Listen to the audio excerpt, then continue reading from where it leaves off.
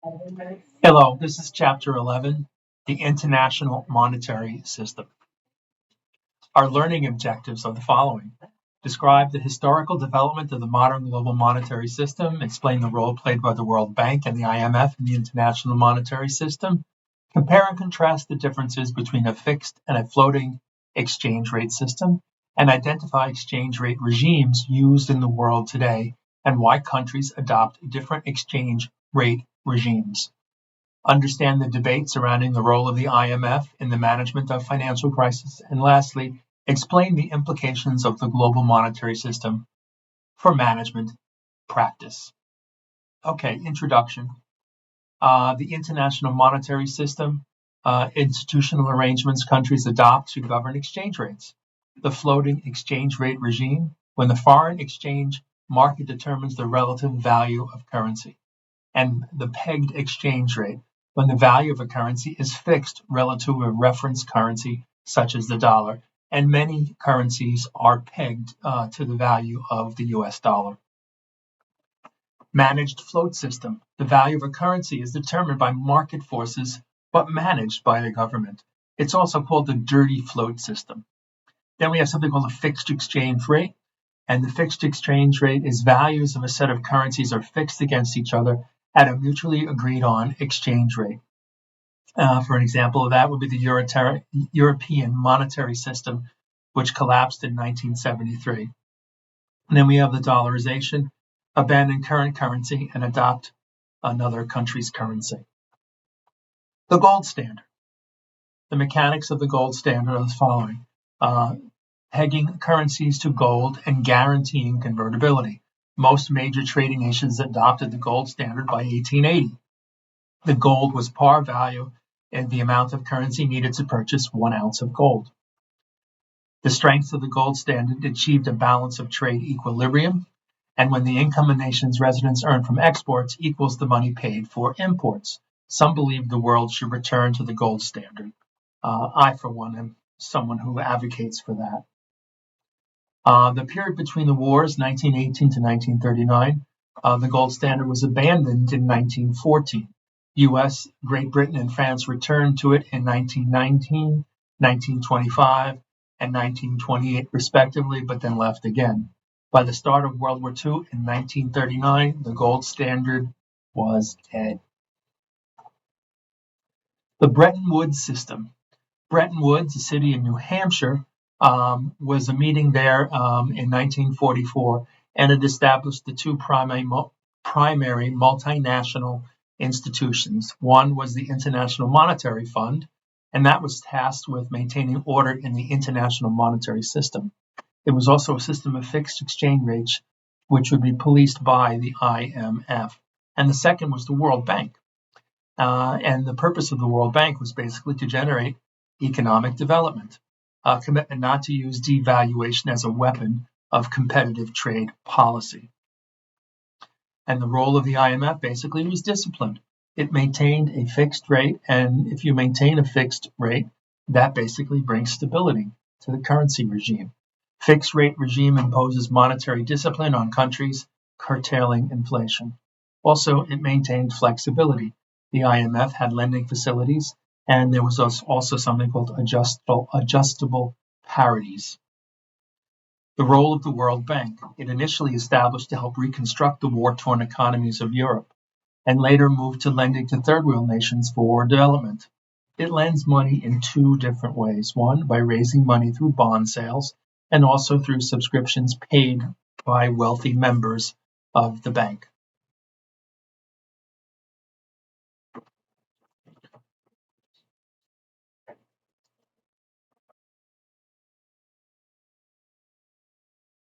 The Bretton Woods system collapsed in 1973, and now something called the managed float system is in place. The breakup was traced a fixed rate exchange rate system to the United States macroeconomic policy package of 1965 to 1968. Speculation was that the dollar would be devalued. And then Nixon also announced that the dollar is no longer convertible into gold. The Bretton Woods system could not work if the dollar was under speculative attack, which it was. The Jamaica Agreement. In the Jamaica Agreement, floating rates were declared acceptable. Gold was abandoned as a reserve asset, and then total annual IMF quotas were increased to $41 billion. Exchange rates since 1973, exchange rates have become much more volatile and less predictable. The value of the dollar has greatly fluctuated throughout the years. The Louvre Accord in 1987 pledged to support the stability of exchange rates around their current levels through government intervention. Both market forces and government intervention have determined the value of the dollar. And then we can see here major currency index. It's been pretty volatile throughout the years, up and down, but we have fixed versus floating rate exchanges. And the case advocated for floating rate exchange rates is that it has monetary policy autonomy. To maintain parity under a fixed system, countries are limited in their ability to use monetary policy to expand or contract economies. Trade balance adjustments. Under the Bretton Woods system, countries with permanent deficits in balance of trade could not be corrected by domestic policy. And then we also have crisis recovery. Exchange rate adjustments can help a country deal with economic crises. Monetary discipline. It guarantees governments do not expand money supply at inflationary rates. Speculation can cause fluctuation in exchange rates. And then you have uncertainty. The unpredictability of exchange rate movements makes business planning difficult, particularly for international companies. It also adds risk to importing, exporting, and FDI activities. The trade balance adjustments and economic recovery. Critics say that trade deficits are determined by the balance between savings and investment in a country, not by the external value of currency. Depreciation in currency will lead to inflation. Who is right? Well, economists cannot agree. Exchange rate regimes in practice.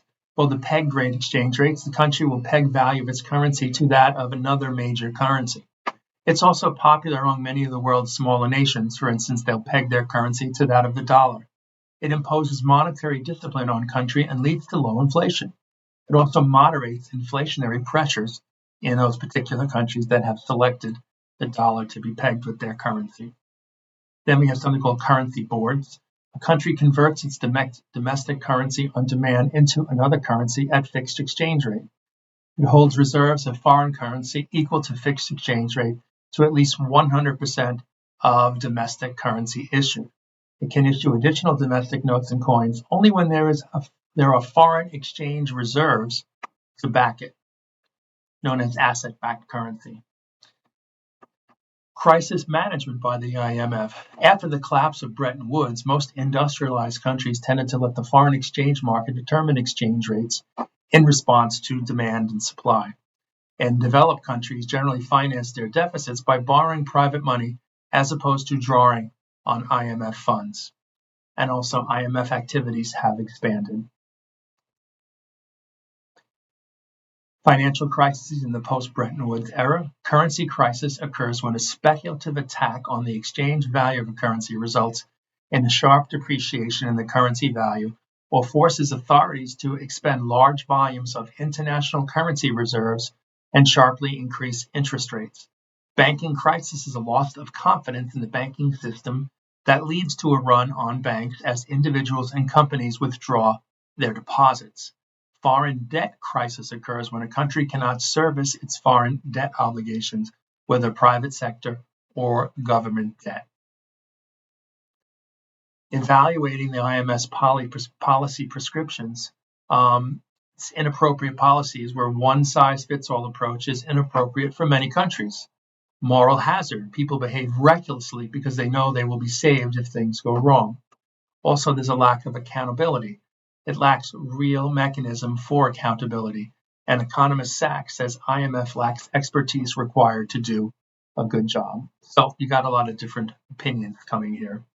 So, and when we evaluating the IMF's policy prescriptions, we have some observation here where cases where IMF policies have been counterproductive or only had limited success, and can also point to notable accomplishments.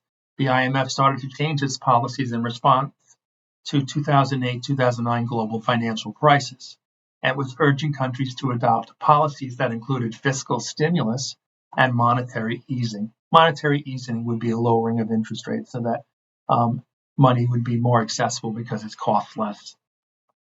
Currency management, business strategy, and government relations. In currency management, the combination of government intervention and speculative activity drives the foreign exchange market. Companies need to be aware of this and adjust their foreign exchange transactions accordingly. Business strategy. Companies should pursue strategies that will increase their strategic flexibility in the face of unpredictable exchange rate movements. Dispersing production to different locations around the globe to hedge against fluctuations, or contract out manufacturing. Need to consider the roles of IMF and World Bank in the current international monetary system. Corporate government relations. Businesses can influence government policy toward the international monetary system. International business should promote an international monetary system that minimizes volatile exchange rate movements, particularly when those movements are unrelated to long-run economic fundamentals. I thank you for listening.